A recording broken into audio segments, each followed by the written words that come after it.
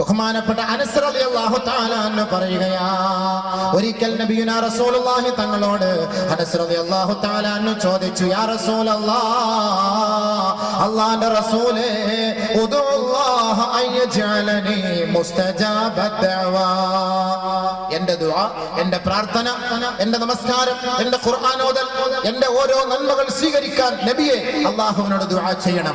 ബഹുമാനപ്പെട്ട അനസ് റളിയല്ലാഹു തആല അൻഹു ചോദിച്ചപ്പോ ഖാല റസൂലുള്ളാഹി സ്വല്ലല്ലാഹു അലൈഹി വസല്ലം, അല്ലാഹുവിന്റെ റസൂൽ പറഞ്ഞ മറുപടി, യാ അനസു, ഏ അനസേ, അതിബ് കസ്ബക് തുജബ് ദഅവതുക്, നീ സമ്പാദിക്കുമ്പോ നല്ലത് സമ്പാദിക്കണേ, നീ കച്ചവടം ചെയ്യുമ്പോ ഹലാലായത് കച്ചവടം ചെയ്യണേ. ആരൊരാൾ നന്മയ്ക്ക് കൂട്ടി നിൽക്കുകയും നല്ലത് സമ്പാദിക്കുകയും ചെയ്താൽ തുജബ് ദഅവതുക്, നിന്റെ ദുആ, അവരുടെ ദുആ അല്ലാഹു സ്വീകരിക്കുമത്രേ.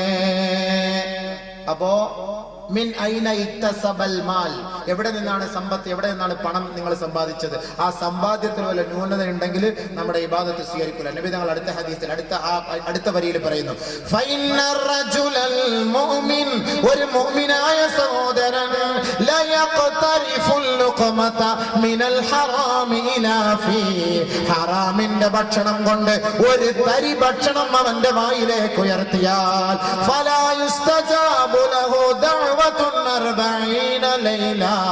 40 ദിനരാത്രങ്ങൾ അല്ലാഹു അവന്റെ ഇബാദത്ത് സ്വീകരിക്കുകയില്ല. ഹറാമായ പണം, ലോട്ടറി എടുത്ത് പലിശ ഉണ്ടാക്കി ഹാൻസ് വിറ്റ പൈസ, തുളസി വിറ്റ പൈസ, ചാരായം വിറ്റ പൈസ, പുകയില വിറ്റ പൈസ, ഈ പൈസയൊക്കെ എടുത്തിട്ട് നമ്മുടെ മക്കൾക്ക് ഭക്ഷണം കൊടുക്കാൻ നിങ്ങൾ നിന്നാൽ വല്ലാഹി ഫലാ യുസ്തജാബു ലഹു ദഅവതുൻ 40 യൗമാ. നമസ്കരിക്കുന്ന നമസ്കാരക്കാരെ, ഹാൻസിന്റെ പൈസ നിങ്ങൾക്ക് വേണ്ട. നമസ്കാരമുള്ള കടക്കാരെ, തുളസി വിറ്റ പൈസ നിങ്ങൾക്ക് വേണ്ട. നമസ്കാരമുള്ള സഹോദരങ്ങളെ, പുകയില വിറ്റ പൈസ നിങ്ങൾക്ക് വേണ്ട. ഇതെല്ലാം ഇളാഅത്തുൽ മാൽ, സമ്പത്ത് നഷ്ടപ്പെടുത്തുകയും ശരീരത്തെ നശിപ്പിച്ചു കളയുകയും ചെയ്യുന്ന ഓരോ പ്രവണതകളും കച്ചവടങ്ങളുമാ.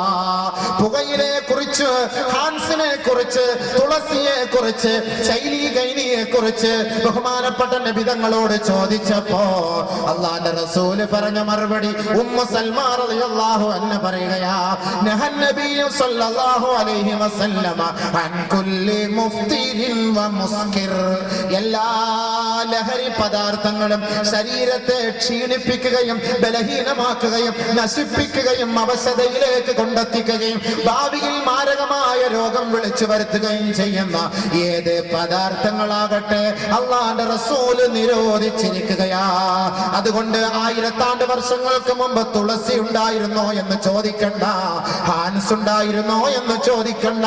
അല്ലാഹുവിന്റെ റസൂലിനറിയാം 21ാം നൂറ്റാണ്ടിലെ യുവത്വം തുളുമ്പുന്ന ചെറുപ്പക്കാർ അവരുടെ തൊള്ളയിൽ തുളസിയും ഹാൻസും കൊണ്ട് അവർ അമ്മാനമാടുമെന്ന് നബി തങ്ങൾക്കറിയാം. അതുകൊണ്ട് ഉമ്മു സൽമയുടെ മഹത്തായ റിപ്പോർട്ടിലൂടെ നമ്മെ അറിയിക്കുന്നു, ശരീരം പാഴാക്കുകയും സമ്പത്ത് നശിപ്പിക്കുകയും ചെയ്യുന്ന സകലമാന പദാർത്ഥങ്ങളും അല്ലാഹുവിന്റെ റസൂൽ നിരോധിച്ചിരിക്കുകയാ.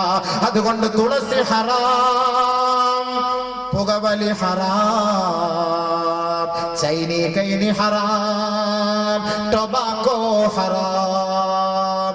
വലാ തഖ്തുലൂ അൻഫുസകും, നിങ്ങൾ നിങ്ങളുടെ ശരീരത്തെ കൊന്നുകളയരുത് എന്ന ആയത്തിന്റെ അടിസ്ഥാനത്തിലും വലാ തുൽഖൂ ബിഐദീകും ഇലാ തഹ്ലുക, നിങ്ങൾ നിങ്ങളുടെ കൈകളെ, ശരീരത്തെ നാശത്തിലേക്ക് കൊണ്ടെറിയരുത് എന്ന ആയത്തിന്റെ അടിസ്ഥാനത്തിലും അല്ലാഹുവിന്റെ റസൂലിനോട് ഹലാലേത് ഹറാമിയത് എന്ന് ചോദിച്ചപ്പോൾ നബി തങ്ങൾ പറഞ്ഞ മറുപടി യസ്അലൂനക മാദാ ഉഹില്ല ലഹും, ഏതൊക്കെയാണ് നബിയെ ഹലാലാക്കിയതെന്ന് അല്ലാഹുവിന്റെ റസൂലിനോട് അങ്ങയോട് ചോദിക്കുമെന്ന് അല്ലാഹു അറിയിച്ചു കൊടുത്തപ്പോ അല്ലാഹുവിന്റെ റസൂല് പഠിപ്പിച്ചു കൊടുത്തു.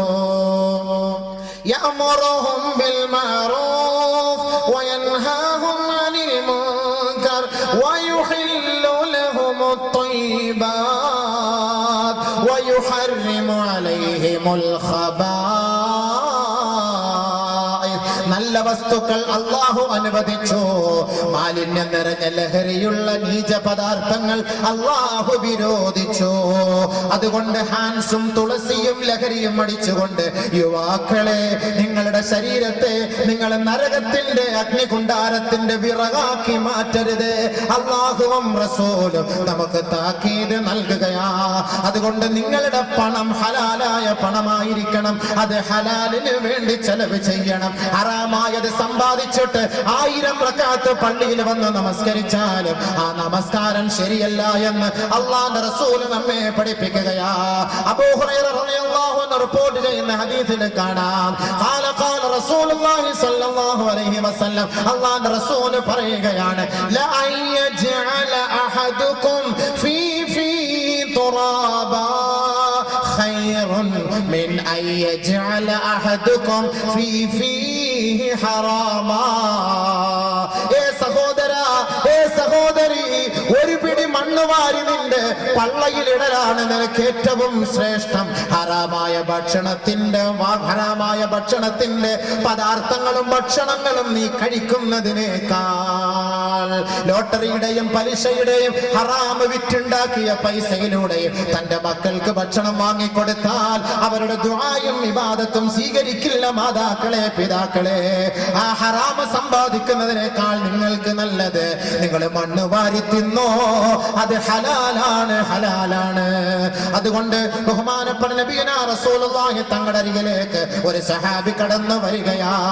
അയ്യുൽ അമലി അയ്യുൽ കസ്ബി അഫ്ളലു യാ റസൂലല്ലാഹ്. നബിയേ, ഏറ്റവും നല്ല സമ്പാദ്യം, ഹലാലായ സമ്പാദ്യം ഏതാണ് നബിയേ എന്ന് ആ സഹാബി നബി തങ്ങളോട് ചോദിച്ചപ്പോ അല്ലാഹുവിന്റെ റസൂൽ പറഞ്ഞ മറുപടി, കുല്ലു ബൈഇൻ മബ്റൂർ. എല്ലാ ഹലാലായ സമ്പത്ത് കൊണ്ട് തുടക്കം കുറിച്ച കച്ചവടം അത് ഹലാലായ പൈസയാണ്. മാത്രമല്ല, വഅമലുർ റജുലി ബിയദൈഹി.